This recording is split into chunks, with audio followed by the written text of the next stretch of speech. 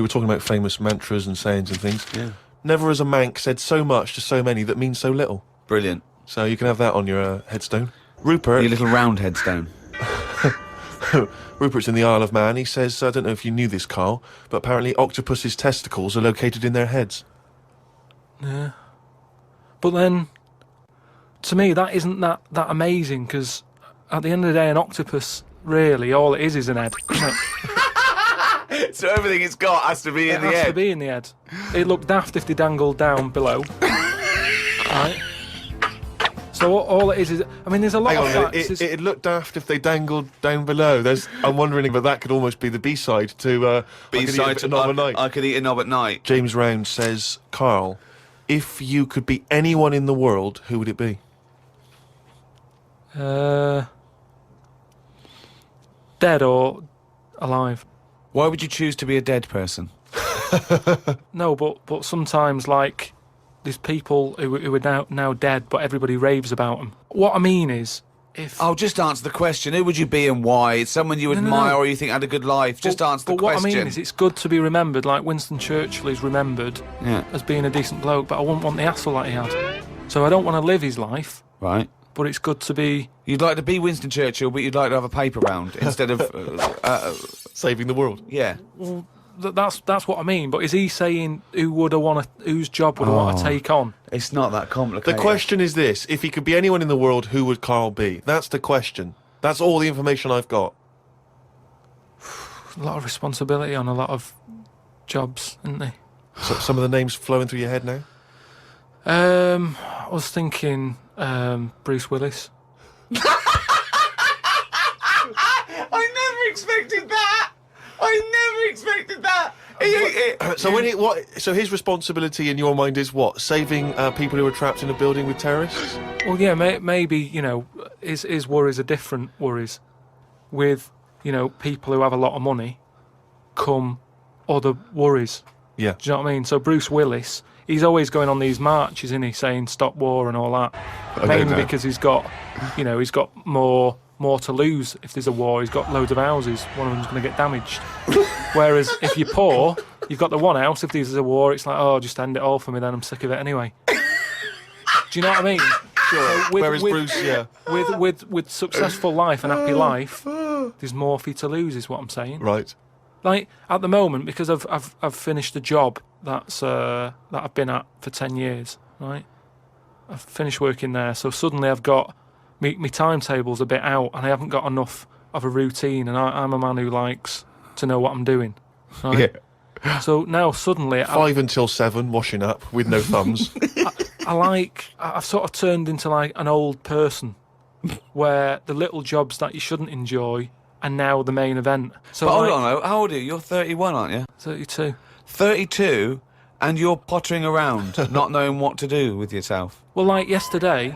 Suzanne's shoes needed to go to the cobblers, right?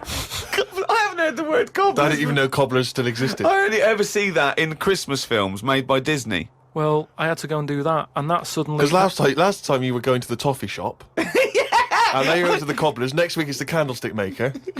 But all I mean is that suddenly is a nice little day out. I'm sort of putting my coat on, going, right, I'll go and see the cobbler now and go and have a chat. Tell me about the cobbler. You didn't come back with 3 magic beans, did you? No, the cobbler's all right. He's doing, he's fixing cobbling. Shoes and that. He's cobbling all day. Have I told you about my Uncle Alf, who was a cobbler? No. I'm sure I told you about him. He's the one who, he lived in like a bedsit, and he had 2 tellies. He had like one that the sound didn't work on, and one that the picture didn't.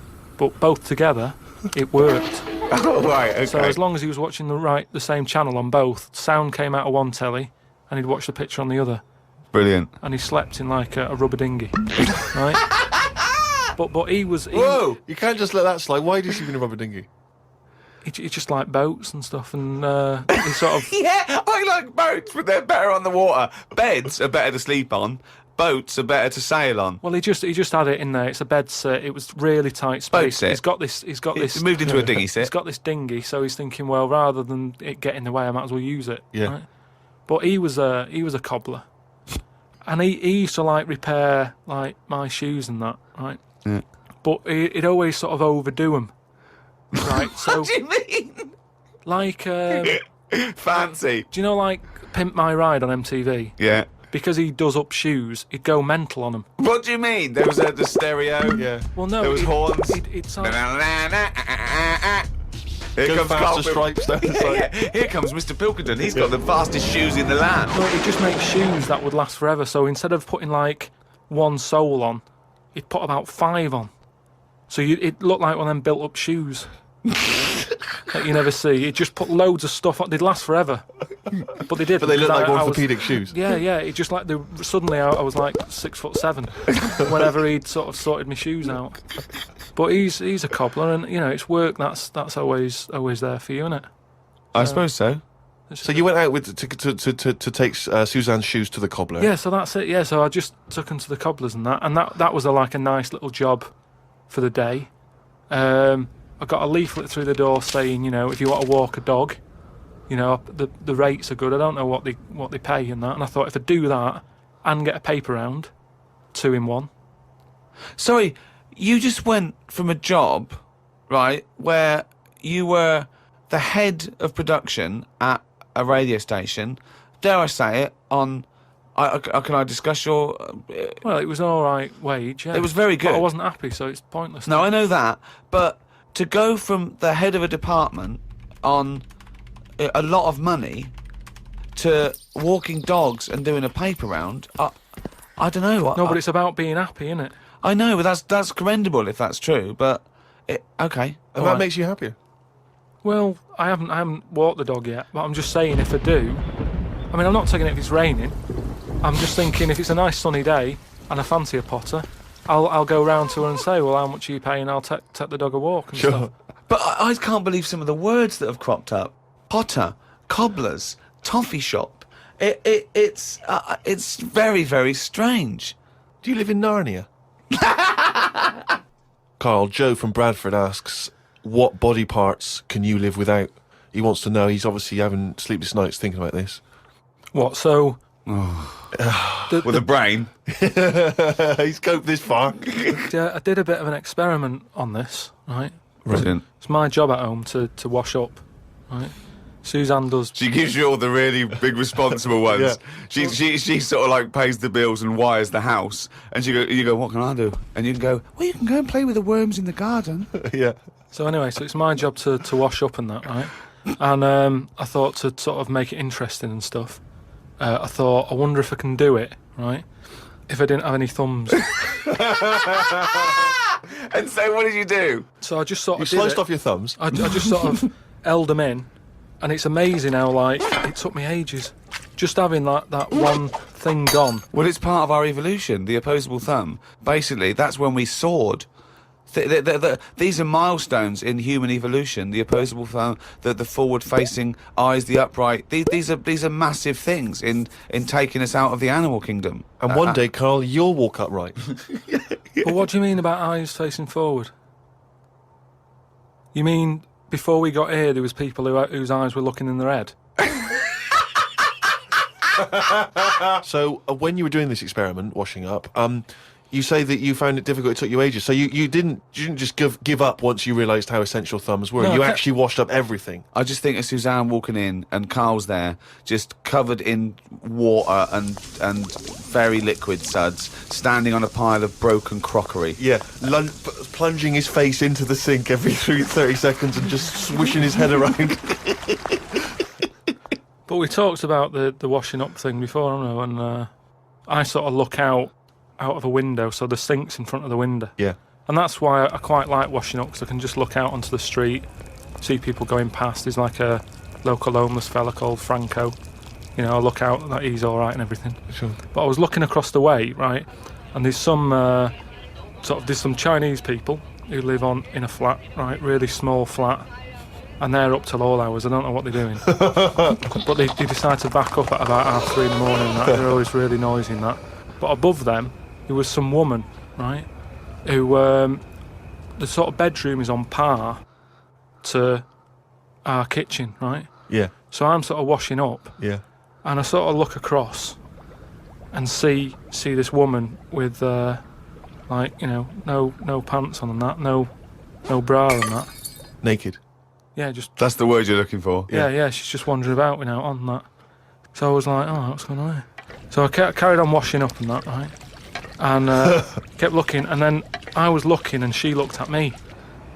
Right, so we made eye contact. Sure. So I was like, oh God, right. So what I thought the best thing to do was sort of drop me pants a little bit. just a little bit, just like, you know, I had boxer shorts on and that. I thought if I just show a little bit of sort of arse cheek, then it's kind of like, right, we quits.